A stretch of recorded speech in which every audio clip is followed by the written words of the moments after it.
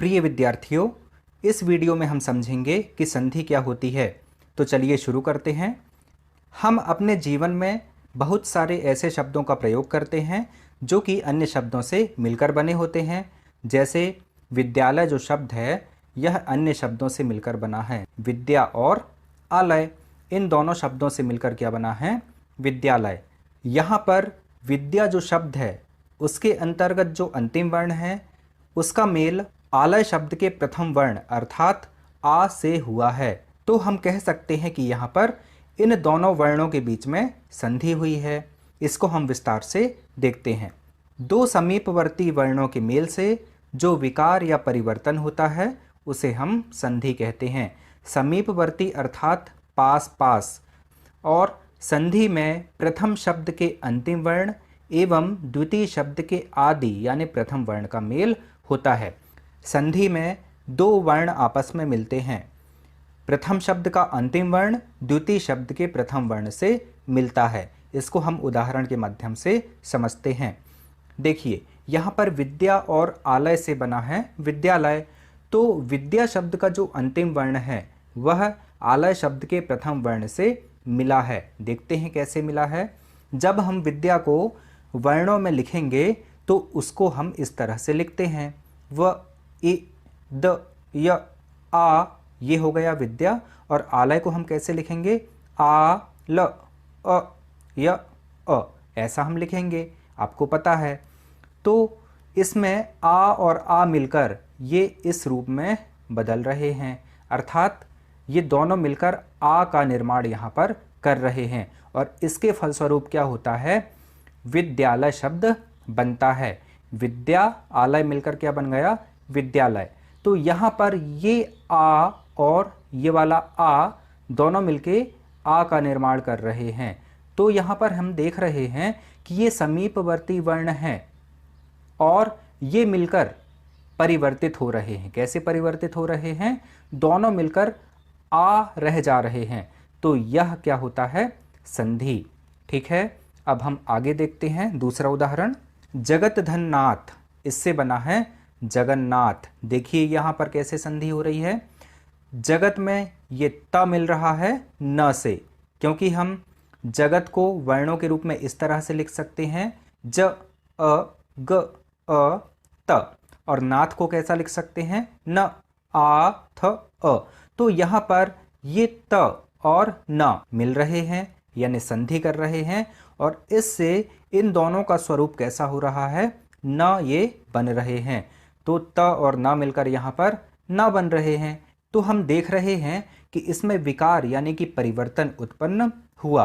तो यही कहलाती है संधि। अगला उदाहरण देखते हैं। मनः धन योग बराबर मनोयोग।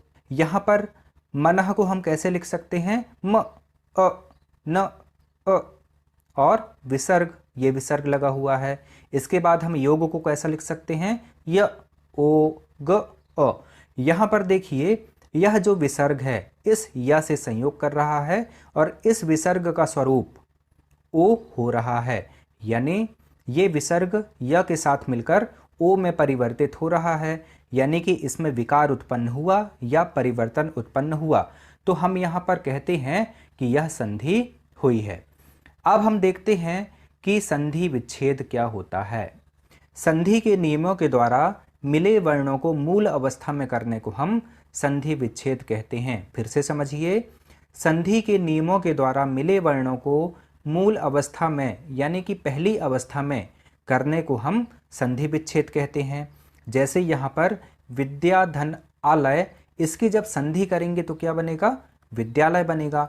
लेकिन विद्यालय को हम अलग अलग शब्दों में लिख दें, जैसे विद्यालय को क्या लिखेंगे? विद्या धन आलय, तब इस प्रक्रिया को हम कहते हैं संधि विच्छेद करना कहते हैं।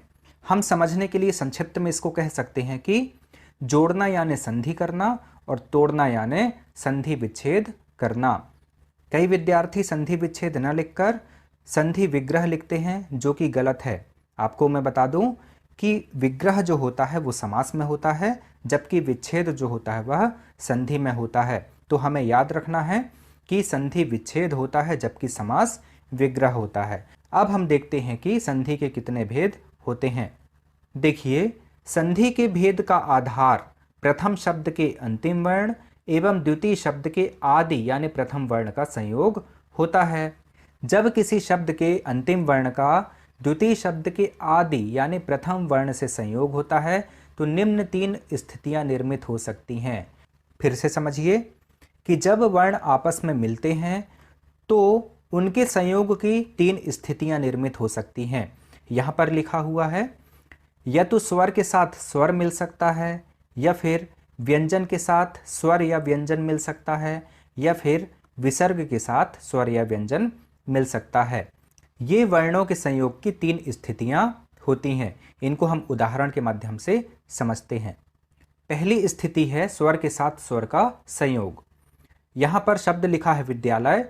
यह विद्या और आलय से मिलकर बना है और इसमें आ और आ का संयोग हो रहा है, यानी आ और आ के मध्य संधि हो रही है। तो ये हुआ स्वर के साथ स्वर का संयोग। अब देखते हैं कि व्यंजन के साथ स्वर का संयोग कैसे होता है। देखिए, जगदीश लिखा है, इसका जब हम संधि विच्छेद करते हैं तो इसका संधि विच्छेद जगत धन ईश होता है। यहाँ पर देखिए, यह जो व्यंजन है इस स्वर यानी कि त जो है वह ई के साथ संयोग कर रहा है, जिसके फलस्वरूप यहाँ पर संधि हो रही है। अगला संयोग होता है व्यंजन के साथ व्यंजन का। यहाँ उदाहरण है जगन्नाथ लिखा हुआ है। इसका जब हम संधि विच्छेद करते हैं तो जगत धननाथ होता है। यहाँ पर ये जो त है यह न के साथ संयोग कर रहा है, जिससे जगन्नाथ शब्द बन रहा है, यानी कि यह त जो है वह न में परिवर्तित हो रहा है। अगली स्थिति है विसर्ग के साथ स्वर के संयोग की। यहाँ पर लिखा है निराधार। जब इसका हम संधि विच्छेद करते हैं तो इसका संधि विच्छेद क्या होता है, निधन आधार। यहाँ पर देखिए, यह जो विसर्ग है इस स्वर के साथ मिल रहा है और इसके फलस्वरूप यहाँ पर विकार उत्पन्न होता है और यह विसर्ग रा में बदल जाता है। अगला जो संयोग है वह है विसर्ग के साथ व्यंजन का। इसका उदाहरण है मनोयोग।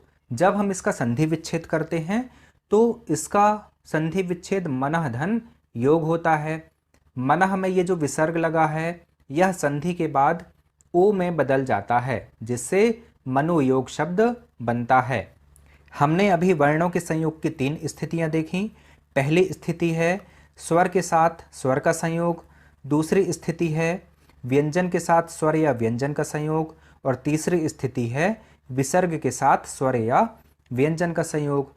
तो इन 3 संयोगों के आधार पर संधि के 3 भेद किए गए हैं, जिनको हम देखते हैं। यहाँ पर संधि के भेद लिखे हुए हैं।